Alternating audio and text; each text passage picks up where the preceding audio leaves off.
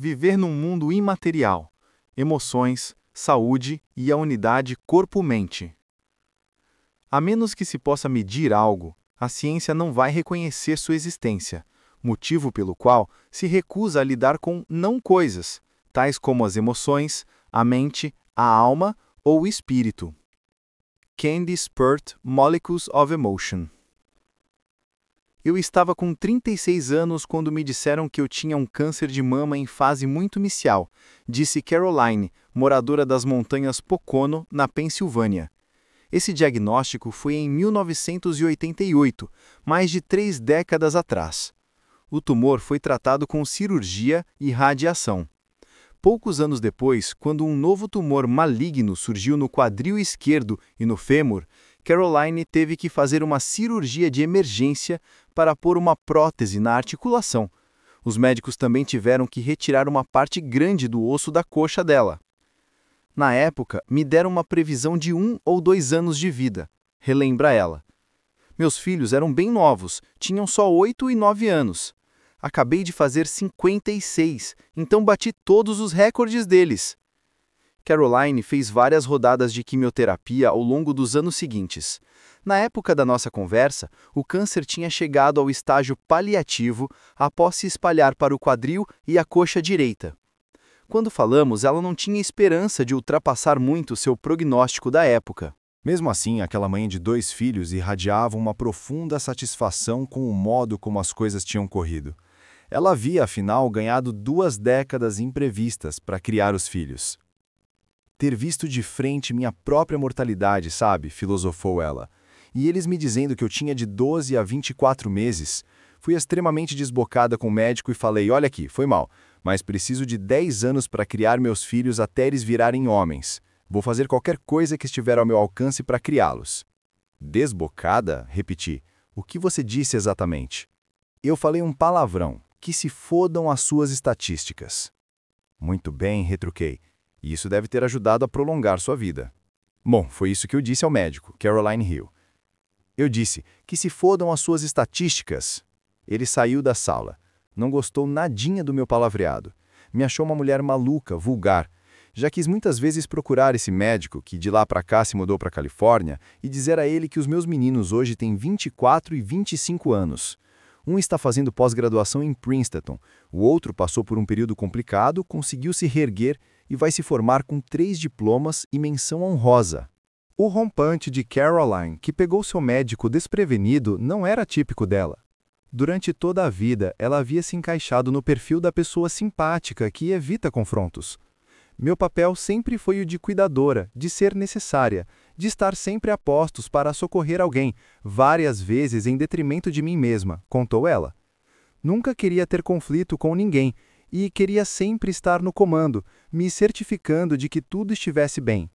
Caroline exibia o que já foi chamado de autossuficiência superautônoma, que significa exatamente o que parece significar. Uma aversão exagerada e desproporcional a pedir qualquer coisa a qualquer um. Um lembrete rápido: ninguém nasce com esses traços. Eles são invariavelmente causados por reações adaptativas a traumas do desenvolvimento, a começar pela abnegação na primeira infância. Tal supressão tem um custo duradouro, processo que exploraremos de modo mais completo no capítulo 7. Passei a acreditar que praticamente toda doença, se não tiver uma origem psicossomática, tem certamente um componente psicossomático, escreveu a pioneira da neurociência Candice Pert, no livro Molecules of Emotion, Moléculas de Emoção, de 1997. Ao dizer psicossomático, Pert não estava se referindo à minimização moderna e muitas vezes irônica da doença como uma ilusão neurótica. Ela estava usando a conotação estrita e científica da palavra. Algo relacionado à integração da psique humana, mente e espírito, com o soma, corpo, unidade que muito se esforçou para medir e registrar em seu laboratório. Suas descobertas, como ela muito justamente reivindicava, ajudariam a fundamentar uma síntese entre comportamento, psicologia e biologia. Não há nada novo no conceito de mente e corpo estarem intrinsecamente ligados. Pelo contrário, A novidade é a crença, tacitamente mantida e abertamente praticada por muitos médicos bem-intencionados, de que é possível separá-los. Práticas de cura tradicionais mundo afora, embora não tenham a espetacular tecnologia e o conhecimento científico desenvolvido no Ocidente, compreendem de forma implícita essa unidade há muito tempo. Apesar de a medicina ocidental ter separado artificialmente os dois, a maioria das pessoas ainda sabe, mesmo que num nível apenas intuitivo, que o que pensam e como se sentem tem tudo a ver entre si. É inteiramente normal, por exemplo, especular sobre quais estresses da vida contribuíram para a úlcera de alguém, que pressão mental está por trás de uma dor de cabeça ou que medos não processados levam alguém a sofrer ataques de pânico. O mesmo princípio se aplica quando consideramos não apenas sintomas individuais, mas a maioria dos tipos de doenças. Perturbações emocionais advindas de problemas de relacionamento, preocupações financeiras ou qualquer outra fonte de aborrecimento crônico impõem cargas fisiológicas que podem resultar em doenças. Peart cunhou o termo corpo-mente, body-mind, para descrever essa unidade. O site oficial dedicado ao trabalho e ao legado dela tem o cuidado de observar que essa expressão foi escrita intencionalmente sem hífen, de modo a enfatizar a unidade das partes que a compõem. Corpo e mente, embora não sejam idênticos, não têm como ser compreendidos separadamente. Podemos ignorar ou negar esse paradoxo, mas não temos como escapar dele. Desde o trabalho pioneiro de Peart, os impactos biológicos das emoções, essas não coisas cujo não reconhecimento ela lamentava, foram extensamente estudados e documentados em milhares e milhares de engenhosos estudos. Vale a pena examinar alguns deles, tendo sempre em mente que cada um é apenas a ponta de um iceberg de achados igualmente fascinantes. Um estudo alemão de 1982, apresentado no 4º Simpósio Anual de Prevenção e Detecção de Câncer em Londres, constatou que determinados traços de personalidade têm uma forte associação com o câncer de mama. 56 mulheres internadas no hospital para biópsia tiveram avaliadas características como supressão emocional, racionalização, comportamento altruísta, evitação de conflitos e a autossuficiência superautônoma que vimos personificada em Caroline. Com base apenas nos resultados das entrevistas, tanto os entrevistadores quanto classificadores cegos, sem contato direto com as mulheres, puderam prever o diagnóstico correto em até 94% de todas as pacientes de câncer e em cerca de 70% dos casos benignos. Num estudo britânico anterior, realizado no Hospital do King's College, em Londres, também foi demonstrado que mulheres com nódulos cancerígenos nos seios apresentavam caracteristicamente supressão extrema da raiva e de outras emoções, numa proporção significativamente mais elevada do que o grupo de controle, formado por mulheres internadas para biópsias ao mesmo tempo que as outras, mas que se havia constatado apresentarem tumores benignos nas mamas.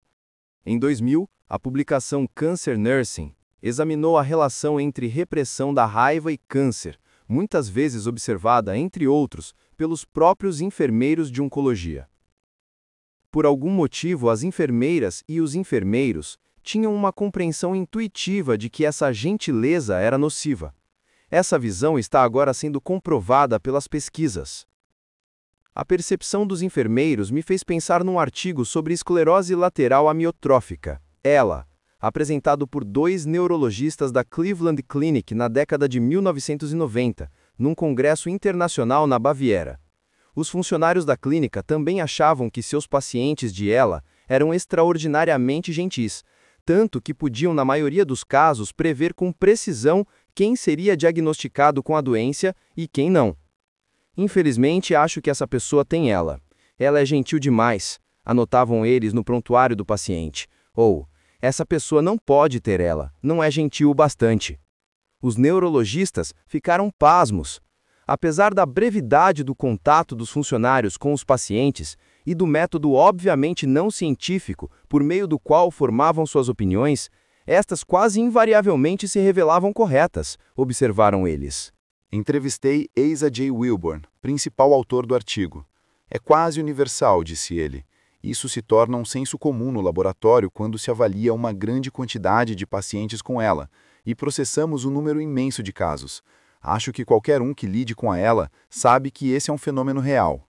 Essas observações empíricas foram desde então reafirmadas por pesquisas mais formais, como se vê no título de um artigo recente num periódico de neurologia. Pacientes com esclerose lateral amiotrófica, são em geral pessoas gentis. Como os médicos experientes em ela veem as características de personalidade de seus pacientes. Num estudo com homens afetados pelo câncer de próstata, a supressão da raiva estava associada a uma diminuição da efetividade das células NK, de Natural Killer, uma defesa de primeira linha do sistema imunológico contra doenças e invasores estranhos. Essas células têm um papel-chave na resistência a tumores. Em pesquisas anteriores, a atividade das células NK se reduzia em pessoas jovens e saudáveis, em reação até mesmo a estresses relativamente sem importância, em especial para as que estivessem emocionalmente isoladas, uma fonte significativa de estresse crônico. A tristeza também tem uma dimensão fisiológica profunda. Um esclarecedor estudo do periódico britânico The Lancet Oncology descreveu o impacto de fatores fisiológicos nos intrincados caminhos que interligam o sistema imunológico, o endócrino e o nervoso em situações de luto, por exemplo. Entre pais que perderam um filho adulto num acidente ou conflito militar, os autores relatavam uma ocorrência maior de tumores linfático e hematológico, cânceres do sangue, da medula e dos linfonodos, além de câncer de pele e de pulmão. A guerra mata, e, pelo visto, uma perda emocional profunda também pode matar. O mesmo que vale para o câncer vale para outras doenças. Num estudo nacional na Dinamarca, pais enlutados tinham o dobro de risco de desenvolverem esclerose múltipla. Apesar de indícios tão reveladores, não creio que a perda de alguém querido, por mais trágica que seja, represente por si só um risco de saúde. Acredito que essa correlação depende de como as pessoas conseguem processar sua perda, inclusive de quais apoios podem solicitar e receber. Não são só os acontecimentos em si, mas também nossas reações emocionais e a forma como as processamos que afetam nossa fisiologia. Um estudo de 2019 do periódico Cancer Research deveria bastar para fazer todo médico começar depressa a explorar a medicina corpo-mente. Constatou-se que mulheres com transtorno de estresse pós-traumático grave têm 2 vezes mais risco de desenvolver câncer de ovário em comparação a mulheres que não foram expostas ao trauma. O Daily Gazette, publicado pela Universidade Harvard, onde o estudo foi feito, noticiou: os achados indicam que ter níveis mais elevados de sintomas de TEPT, como assustar-se facilmente com barulhos comuns, ou evitar coisas que possam lembrar a experiência traumática, pode estar associado a riscos aumentados de câncer de ovário, mesmo décadas depois de as mulheres passarem por um acontecimento traumático. Quanto mais severos os sintomas de trauma, mais agressivo se revelava o câncer. Esse estudo de Harvard forneceu outros indícios impressionantes de que os estresses emocionais são inseparáveis dos estados físicos do corpo, tanto na doença quanto na saúde. Em trabalhos anteriores, a depressão já foi associada a um risco maior de câncer de ovário. O impacto do estresse também foi estudado. Entre ratas de laboratório que tiveram células de câncer de ovário injetadas em sua cavidade abdominal, aquelas submetidas a estresses emocionais, como serem fisicamente confinadas ou isoladas, tinham uma incidência muito maior de crescimento e disseminação de tumores do que aquelas abrigadas em condições de sociabilidade e que não fossem confinadas. Os cientistas de Harvard teorizaram que o estresse pode favorecer o desenvolvimento de câncer de ovário, inibindo defesas importantes contra a proliferação desenfreada de células. Em outras palavras, o estresse pode prejudicar a capacidade do nosso sistema imunológico de controlar e eliminar doenças. Essas implicações se estendem muito além do TEPT, uma vez que na nossa cultura, o estresse e o trauma afetam muitas pessoas que não se qualificam para tal diagnóstico. Pesquisadores finlandeses publicados no British Journal of Psychiatry em 2005 constataram de modo impressionante que pessoas passando por acontecimentos de vida, estresses e perdas emocionais relativamente comuns, como questões de relacionamento ou problemas profissionais que não as qualificassem para um diagnóstico formal, apresentavam mais sintomas semelhantes ao TEPT, como sonhos ruins ou anestesia emocional, do que pessoas mais obviamente traumatizadas que tivessem passado por alguma guerra ou tragédia. O artigo de Harvard sobre câncer de ovário apontava algumas possibilidades promissoras de tratamento, sugerindo que mulheres cujos sintomas de TEPT houvessem se atenuado, talvez devido a uma psicoterapia eficaz, tinham menos risco de desenvolver tumores malignos do que mulheres com sintomas ativos. É animador pensar nos potenciais preventivos e curativos, bem como nas implicações sociais, de uma perspectiva de bem-estar que trate as emoções como as coisas reais e relevantes que são. Embora tudo isso seja oportuno e os dados científicos venham de produção recente, os princípios não são novidade. Numa palestra dada em 1939 para uma turma de formandos em medicina, publicada no Journal of the American Medical Association, JAMA, Soma Weiss informou à plateia que os fatores sociais e psíquicos têm um papel em todas as doenças, mas em muitos distúrbios eles constituem influências dominantes. O celebrado médico húngaro-americano acrescentou que os fatores mentais representam uma força tão ativa no tratamento dos pacientes quanto os agentes químicos e físicos. Ele fez esses comentários não como um teórico da psicanálise, mas como respeitado profissional clínico de fisiopatologia e farmacoterapia, o uso de remédios para tratar doenças. Na Escola de Medicina de Harvard, a lembrança de Weiss é mantida como um dia de pesquisa anual, em sua homenagem, mas seu ponto de vista integrativo e a extensa literatura que hoje o ampara ainda escapam ao pensamento médico convencional. Essa conversa de mente e corpo é, historicamente, um interesse que acarreta um grande risco para uma carreira em Harvard, disse-me recentemente um importante médico e acadêmico da tradicional instituição. Isso está começando a mudar, mas é algo muito difícil. Difícil, de fato. Quando dou palestras, com frequência peço a integrantes da plateia que levantem a mão se, nos últimos 5 anos, tiverem consultado um neurologista, cardiologista, pneumologista, reumatologista, gastroenterologista, dermatologista ou imunologista, qualquer tipo de ologista, digo. Muitas mãos se levantam. Agora, mantenham as mãos levantadas, continuo, se esses especialistas tiverem feito perguntas sobre seus estresses ou traumas de infância, sobre o seu relacionamento com seus pais, sobre a qualidade dos seus relacionamentos atuais, sobre seu nível de solidão ou de sociabilidade, sobre sua satisfação profissional e seu modo de se relacionar com o trabalho, sobre o que você acha do seu chefe ou como ele trata você, sobre sua experiência com a alegria ou a raiva, sobre qualquer estresse atual ou sobre como você se sente em relação a si mesmo como pessoa. Numa sala lotada por centenas de pessoas, a quantidade de mãos que continuaram erguidas, na maioria das vezes, podia ser contada nos dedos de uma só mão.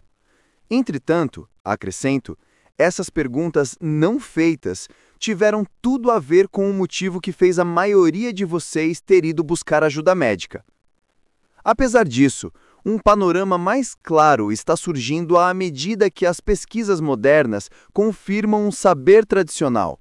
Uma ciência relativamente nova, a psiconeuroimunologia, mapeia as inúmeras rotas da unidade corpo-mente. Sua área de estudo inclui as conexões entre as emoções e nosso sistema nervoso e imunológico, e como o estresse pode provocar doenças. Até mesmo conexão é uma palavra enganosa.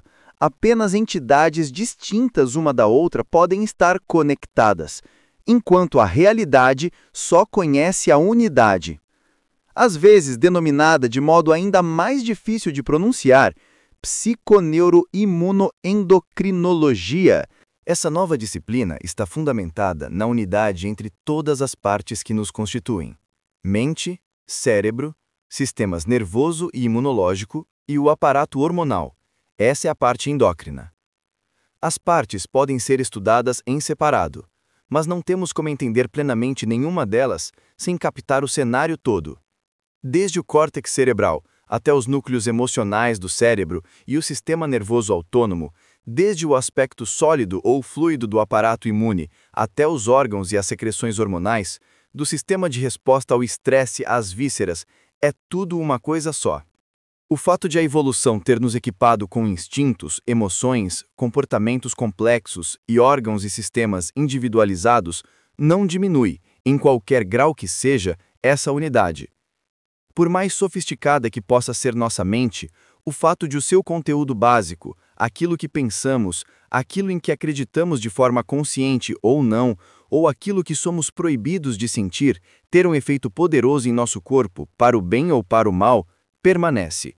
Por outro lado, o que nosso corpo vivencia da concepção em diante não tem como não afetar o modo como pensamos, sentimos, percebemos e nos comportamos. Isso, muito resumidamente, é a lição central da psiconeuroimunologia. Um exemplo fascinante é o vínculo comprovado entre o centro do medo no cérebro, amígdala, e as doenças cardiovasculares. Quanto mais estresse uma pessoa percebe ou vivencia, mais alta é a atividade basal da amígdala e maior o risco de problemas no coração.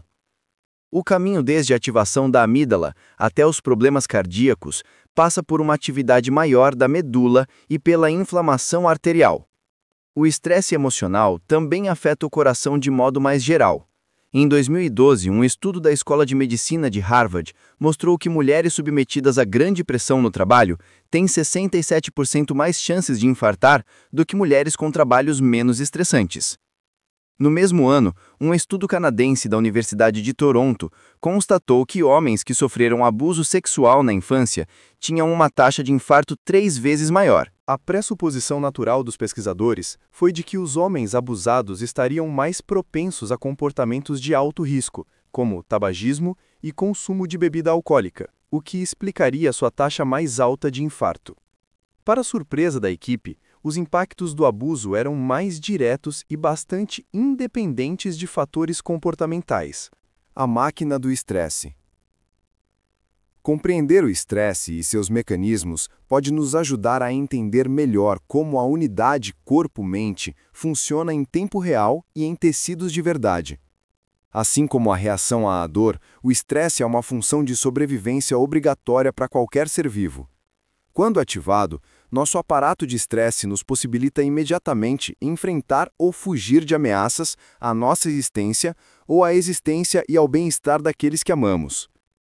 Ele é um impressionante acontecimento do corpo inteiro, que envolve quase todos os órgãos e sistemas. O estresse pode surgir em 2 formatos: uma reação imediata a uma ameaça ou um estado prolongado induzido por pressões externas ou fatores internos emocionais. Enquanto o estresse agudo é uma reação necessária, que ajuda a manter nossa integridade física e mental, o estresse crônico, contínuo e sem trégua mina ambas. A raiva situacional, por exemplo, é uma situação de estresse agudo sendo canalizada com um propósito positivo. Pense numa situação de autodefesa ou de estabelecer limites pessoais. Ele nos torna mentalmente mais alertas, mais rápidos e mais fortes. A raiva crônica, por sua vez, inunda o sistema com hormônios do estresse bem depois de transcorrido o tempo regulamentar. A longo prazo, esse excedente hormonal, independentemente do que o tenha instigado, pode causar ansiedade ou depressão, suprimir a imunidade, promover inflamação, estreitar os vasos sanguíneos, favorecendo a doença cardiovascular no corpo inteiro, incentivar o crescimento de cânceres, afinar os ossos, criar resistência à insulina, induzindo diabetes, contribuir para a obesidade abdominal, elevando o risco de problemas cardiovasculares e metabólicos, prejudicar circuitos cognitivos e emocionais essenciais no cérebro, elevar a pressão arterial e aumentar os coágulos no sangue, aumentando o risco de infarto ou AVC. O eixo de nosso corpo que lida com o estresse de modo fluido e econômico é denominado eixo HPA. Essa sigla em inglês descreve os caminhos e circuitos que ligam o hipotálamo, a pequena e crucial área central do nosso cérebro, cujo papel é manter nosso corpo num estado saudável e equilibrado, à glândula pituitária, ou hipófise, situada na parte superior do tronco cerebral, e as glândulas adrenais ou suprarrenais, que ficam acima dos rins. Pense num corredor de transporte movimentado interligando 3 grandes centros urbanos, cheios de rampas de acesso, saídas e trevos, e você começará a ter uma ideia. Embora nossa espécie consiga sobreviver num leque amplo de ambientes externos, bem maior do que quase qualquer outro animal, nosso ambiente interno precisa estar dentro de uma margem relativamente estreita de estados fisiológicos. A temperatura corporal, o pH do sangue, a pressão arterial e a frequência cardíaca, entre muitas outras métricas corporais, são obrigados pela natureza, sob risco de morte, a permanecer dentro de limites definidos e não negociáveis. O renomado pesquisador americano do stress, Bruce McEwen, popularizou a palavra alostase para designar a tentativa do corpo de manter um equilíbrio interno diante de circunstâncias instáveis. A palavra combina os gregos alos, variável, e stasis, estase ou paralisação. Juntas, elas produzem algo como permanecer estático em meio à mudança. Não podemos prescindir disso, e nosso corpo fará um grande esforço para manter esse estado, a ponto de causar desgaste a longo prazo se os estresses não cederem. Esse desgaste nos mecanismos regulatórios do corpo, que McEwen chama de carga alostática, causa uma liberação excessiva e prolongada dos hormônios do estresse adrenalina e cortisol, tensão nervosa, disfunção imune e, em muitos casos, exaustão do próprio aparato do estresse. Hoje, sabemos que a infraestrutura do eixo HPA é estabelecida cedo na vida, começando no útero e prolongando-se pelos primeiros anos de infância. Estresses ou abusos durante esse período delicado podem distorcer para a vida inteira o aparato estresse hormonal. Repetidamente, vemos supostas não-coisas sem importância, como as emoções, tendo um impacto material claro e decisivo. Reduzir o estresse onde possível, acessar as emoções, sejam elas abertas ou reprimidas, e cuidar de nosso bem-estar psíquico pode ter efeitos profundos na saúde física. Isso é intuitivamente óbvio para muita gente. No entanto, apesar de toda a sua impressionante perícia fisiológica e técnica, os médicos, de modo geral, não são apresentados na sua formação aos antigos conhecimentos e aos novos dados científicos da unidade corpo e mente. Os profissionais da medicina, com frequência, pouco fazem para incentivar ou até podem desencorajar as pessoas a confiarem nos próprios palpites, que tendem a sintetizar sinais tanto da mente quanto do corpo. Lembranças em chamas. A história de Glenda. Foi este o caso de Glenda, uma moradora de Montreal, hoje com 58 anos, que, 3 décadas atrás, teve partes do intestino removidas devido à doença de Crohn grave, uma doença inflamatória ulcerativa do intestino que causa muita dor. Em 2010, Glenda recebeu más notícias ao ser diagnosticada com um câncer de mama agressivo, em estágio 2. Foi durante a jornada de cura desse câncer que ela recuperou lembranças reprimidas de ter sido estuprada quando menina. Por meio da escrita de um diário e dos sonhos que tive, contou ela, lembranças inconscientes da minha infância começaram a vir à tona, acompanhadas por sensações de puro pânico e terror. Com medo de saber a verdade, ela tentou manter as lembranças afastadas, mas elas não a deixaram em paz. Toda vez que vinham à tona, prosseguiu ela, as lembranças do trauma eram acompanhadas por sensações emotivas muito viscerais e por sintomas físicos digestivos, que incluíam indigestão, enjoo e dores na barriga. Essas lembranças revirariam o estômago até mesmo de um observador externo que as escutasse. Aos 8 anos, Glenda e uma amiguinha menor sofreram um estupro coletivo praticado por 4 adolescentes do bairro. Quem a socorreu foi a mãe de Glenda, que levou a filha correndo para dentro de casa, segundo ela, e me pôs direto na banheira. Ela me disse que nunca contaríamos a ninguém tudo aquilo, nem tocaríamos mais no assunto. Disse que aquele sempre seria o nosso segredinho, e me botou na cama. Ao retornarem quando Glenda estava com 53 anos, essas lembranças surgiram como uma imagem intensa e nítida dela menina dentro da banheira, com a mãe agachada no chão ao seu lado, tentando lavar o estupro. Perguntei a Glenda se ela tinha algum indício independente dessas memórias resgatadas. Ela fez que sim com a cabeça. Minha irmã mais velha se lembra de ter chegado a entrar no banheiro nesse dia. Ao chegar em casa e ouvir minha mãe aos prantos, ela foi e abriu a porta. Eu estava de costas para ela. Minha irmã perguntou: "O que houve com a Glenda?" Minha mãe respondeu: "Nada, ela vai ficar bem. Sai daqui." Minha irmã me disse que eu estava toda despenteada. Minha mãe nunca nos deixava sair despenteadas, e que o meu corpo inteiro tremia. Como se essa cena já não fosse intensa o bastante, a compreensão intuitiva de Glenda, que agora ia se tornando consciente depois de uma vida inteira submersa para se proteger, produziu uma camada visual suplementar. "Assim que recuperei a lembrança de estar no banheiro", disse ela, "vi meu corpo e eu estava transparente. Vi meu sistema digestivo inteiro, da boca até o reto. Meu sistema digestivo inteiro estava tomado por erupções vermelhas. Uma lava flamejante e quente escorria, alimentando ainda mais o fogo.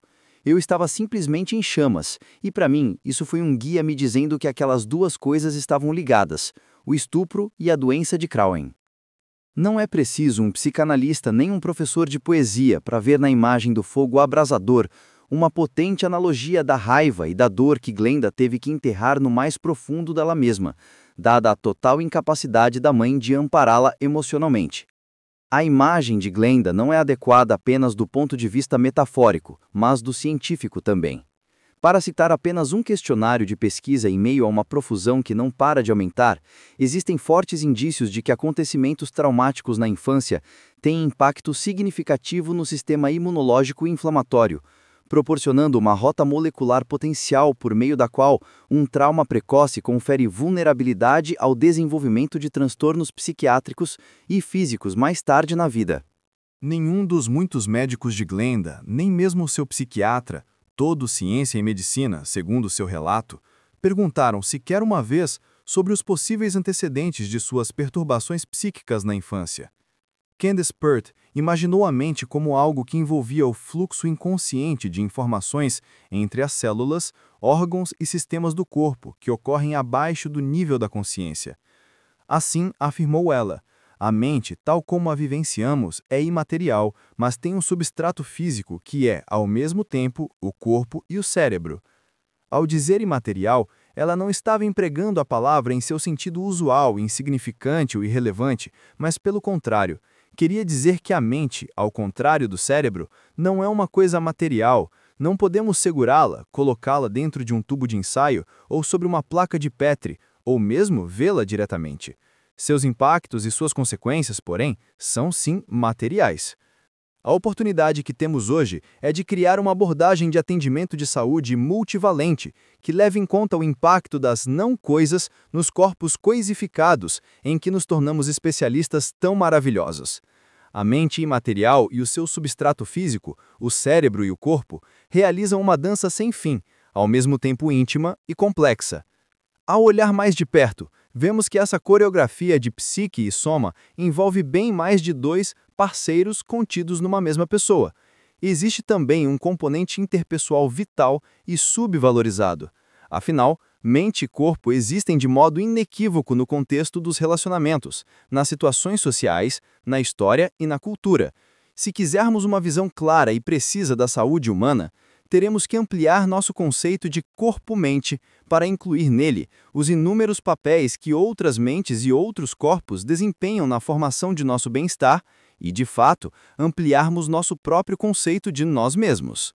A verdade é que a unidade vai muito além do indivíduo sozinho.